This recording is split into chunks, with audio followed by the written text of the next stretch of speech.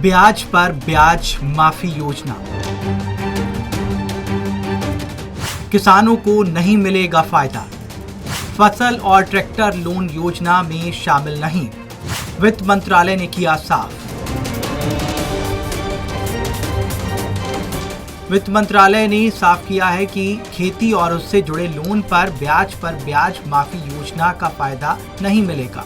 वित्त मंत्रालय ने चक्रवृद्धि और साधारण ब्याज के बीच के फर्क के भुगतान से जुड़े अनुग्रह राहत भुगतान योजना यानी कि ग्रेस रिलीफ पेमेंट स्कीम पर गुरुवार को अतिरिक्त FAQ जारी किया।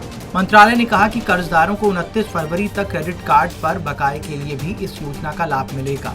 इस राहत के लिए बेंचमार्क दर कॉन्ट्रैक्ट की दर होगी, जिसका इस्तेमाल क्रेडिट कार्ड जारीकर्ता की तरफ से EMI लोन के लिए किया जाता है। वित्त मंत्रालय का साफ कहना है कि इस योजना के तहत कुल 8 क्षेत्र आते हैं। फसल और ट्रैक्टर लोन खेती और उससे जुड़ी गतिविधियों के तहत आता है, जो इस योजना में शामिल नहीं है। इससे पहले भारतीय रिजर्व बैंक ने सभी कर्जदाता संस्थानों से मंगलवार को कहा था कि वो 2 करोड़ रुपए तक के कर्जे के लिए हाल ही में घोषित ब्याज पर ब्याज की माफी योजना को लागू करें।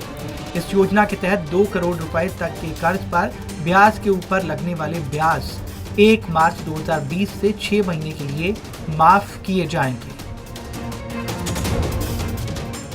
मोरेटोरियम का विकल्प नहीं चुनने वालों को फायदा। सरकार की स्कीम का फायदा उन ग्राहकों को भी मिलेगा जिन्होंने मोरेटोरियम का विकल्प नहीं चुना था। इसके अलावा उन लोगों के पास 2 करोड़ रुपए तक का कर्जा है। ये रकम 5 नवंबर तक ग्राहकों के लोन अकाउंट में डाल देने के लिए कहा गया है। बाद में बैंक और वित्तीय संस्थान इस रकम को सरकार से क्लेम कर सकते हैं। जिन लोगों ने फरवरी 2020 तक लोन की EMI का भुगतान किया है, सिर्फ उन्हीं लोगों को फायदा होगा। जिन ग्राहकों के खाते फरवरी अंत तक नॉन परफॉर्मिंग एसेट के तौर पर वर्गीकृत किए गए हैं, उन लोगों को इसका फायदा नहीं मिलेगा। इसके अलावा फिक्स्ड डिपॉजिट, शेयर और बॉन्ड पर लिए गए लोन पर भी ये राहत नहीं होगी।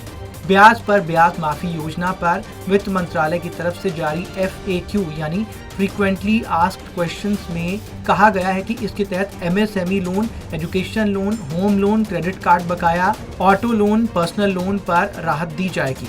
रेटिंग एजेंसी क्रिसिल के मुताबिक छोटे लोन पर कंपाउंड ब्याज पर छूट से करीब 75% ग्राहकों को फायदा होगा। इससे सरकारी खजाने पर लगभग 6,500 करोड़ रुपए का बोझ पड़ेगा।